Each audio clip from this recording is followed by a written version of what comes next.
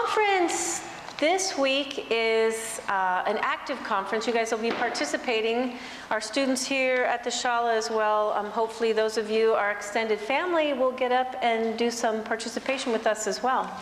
So this week we are on page 75, Mindset Chapter 4. And the topic this week is letting things happen rather than making them happen. So this is a teaching that everyone is familiar with. We all know it as human beings on this planet, that we have to relax sometimes, be very zen, and let things happen in our life rather than push, push, push, right? So it's a teaching you've all heard, something that all of you are well aware of. Maybe you even try to help other people to relax sometimes and stop trying to make things happen. But the truth of it is, and Geshe Norbu said this to me when I was learning Tibetan meditation, very easy for us to learn, very easy to teach, very difficult to practice, right? So that's the trick, is we know this, but how, even as yoga practitioners, do we really bring that into our life and be able to relax and allow things to happen rather than always pushing into things? And so it comes back to our teachings we've been doing this semester on the sympathetic nervous system and the parasympathetic nervous system. So to be able to move from a state of passion and excitement into a state of relaxation, rest and digest.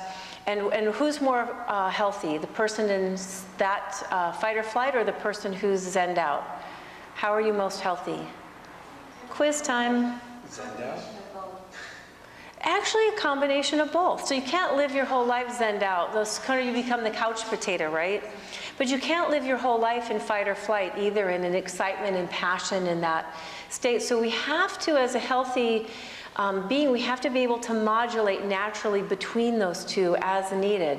So, this teaching is all about us being able to move from that state into a state of relaxation.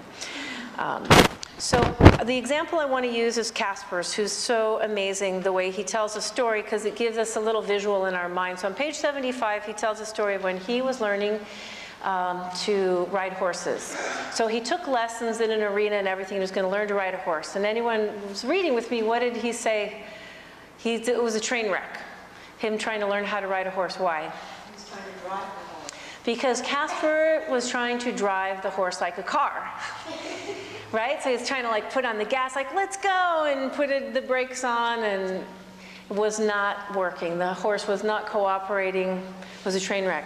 So when he realized what he really needed to do was settle into it, settle into the saddle, and really let the horse do what the horse does, right? And sort of become one with that process, and let go of trying to drive the horse and let the horse do what it does with him cooperating with it. And so it became a metaphor for him, but I think it's a really beautiful metaphor for all of us, which is why I wanted to bring it up, and how we do life. Sometimes you're driving the horse, right? Or we're trying to drive the horse, I should say. The horse doesn't cooperate. And usually life doesn't cooperate when we try to drive the horse. So our training ground as Ashtangis for us always is our practice, and there's this rectangular mat. This is where we get to practice.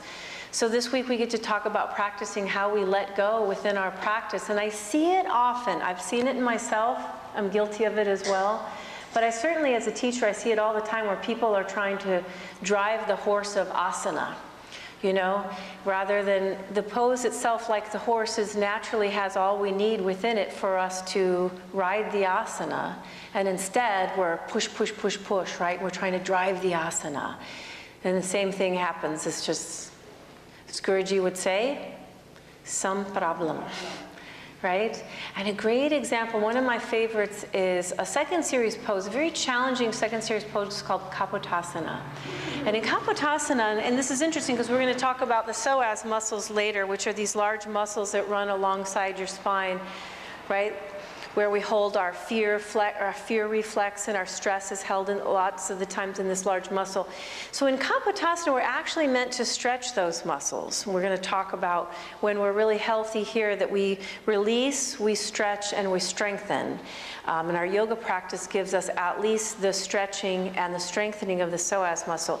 In this pose in Kapotasana, where we drop all the way back, we're supposed to lengthen these muscles and stretch these muscles. And when people get this pose and they get ready to go into it, unless they have a really super bendy back, what happens is the fear reflex sets in. They get afraid of bending that deep and stretching these muscles, and they contract. And it winds up being a very emotional pose for people, you know, where you just want to get out of it as soon as you can. And a lot of emotions come up for people because we're stretching these muscles that hold a lot of our fears and hold a lot of our emotions. What I find that people want to get out of it as soon as possible, right? They just want to get the heck out of that pose as soon as they can. I myself, when I was learning Kapotasana, was studying with Tim Miller and Encinitas, and getting adjusted for me was so emotionally frightening for me that I would wait. And this is something you guys can try with me if you're ever in Mysore classes. I would literally watch to see where Tim would be on the other side of the room, adjusting somewhere else where I knew he was really busy. Then I would do Kapotasana really fast and it'd be done. So I didn't have to have an adjustment.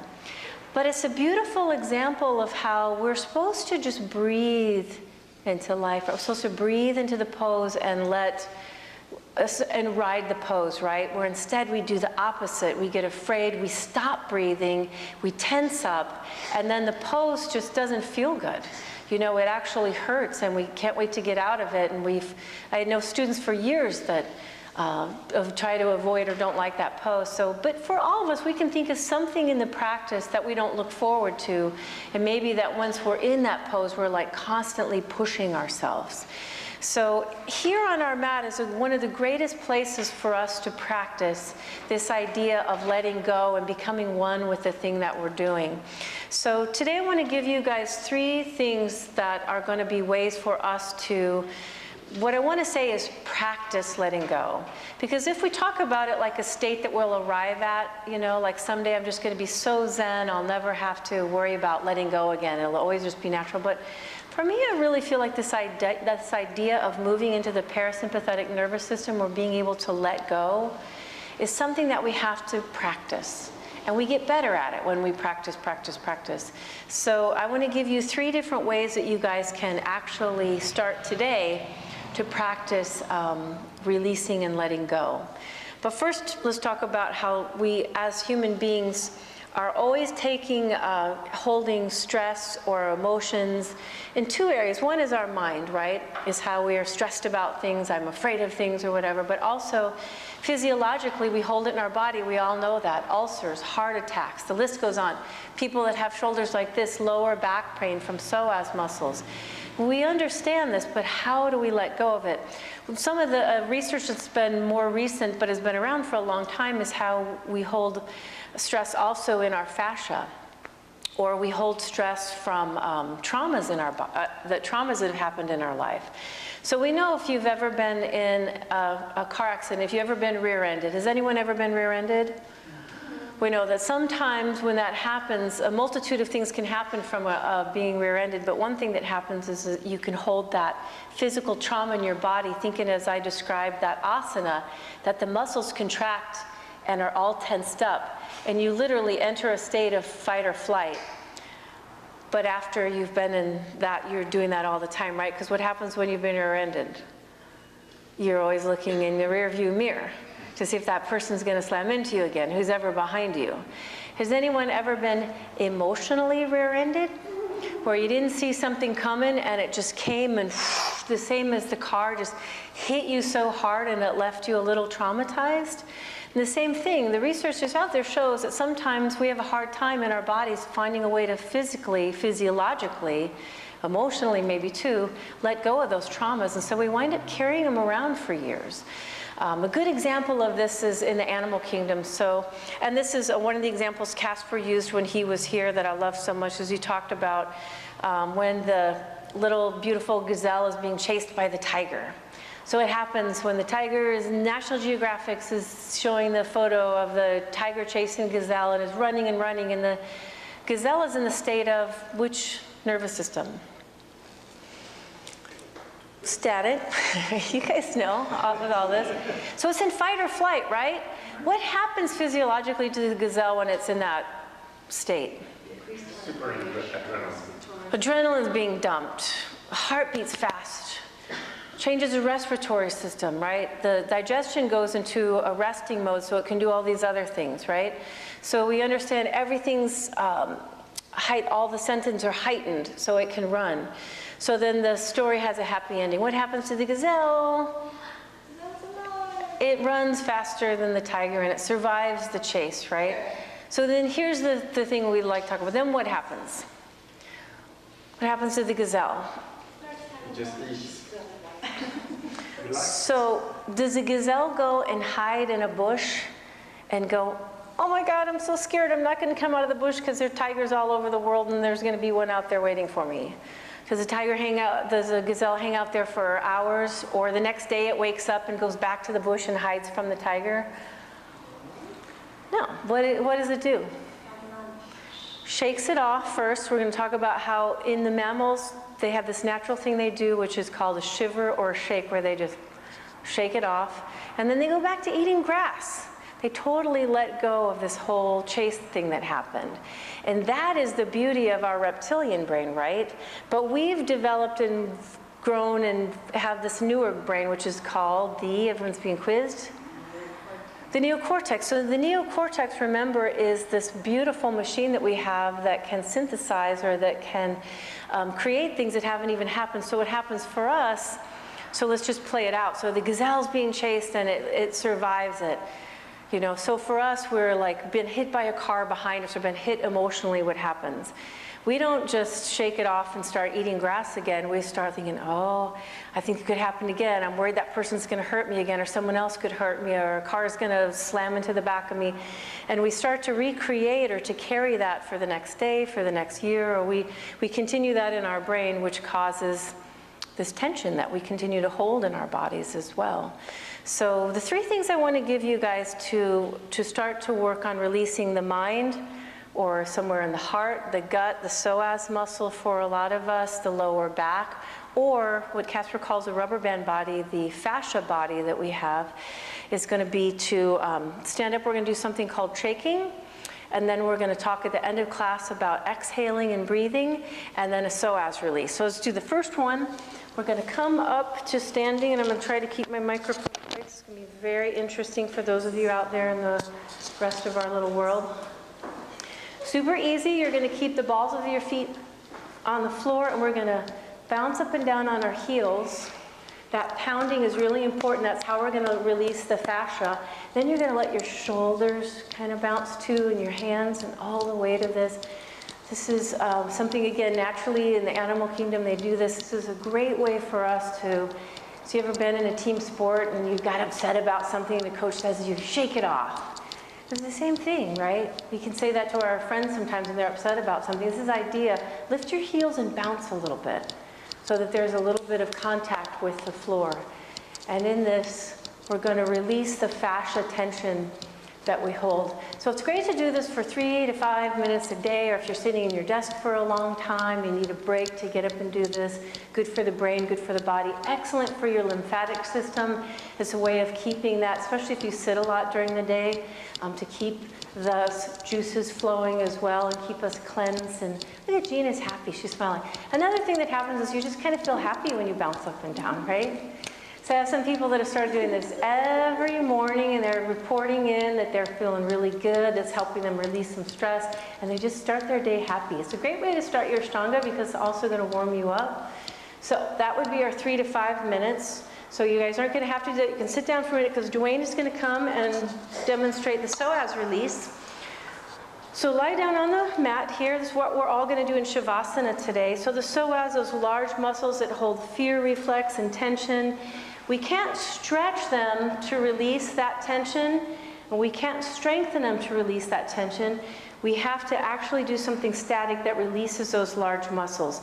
So what you're going to do is bring your feet hips distance, and you're going to have your knees 90 degrees. So notice his feet weren't all the way up here, but they're back at 90 degrees. So he's got some space. Even if your toes lift a little bit, that's okay. His shoulders are down, his hands are down. We want to stay here for a good 10 minutes to fully let those large muscles release. Some of you might notice If I put my hand underneath it, there's a little arch in your back. Sometimes if that muscle's contracted or shortened, you might feel that the lower back starts to just gently float down towards the mat as you release those muscles. And the other thing you might have happen is you might naturally do some shivering and shaking as the body releases tension. Sometimes people's legs quiver. They might even, if you have a lot of tension there, like have the whole part of your body like quivering in this, which is normal and actually really good. But even if you don't have anything happen, if you guys sit a lot during the day, that tends to contract and shorten these muscles. We feel it a little bit in the back.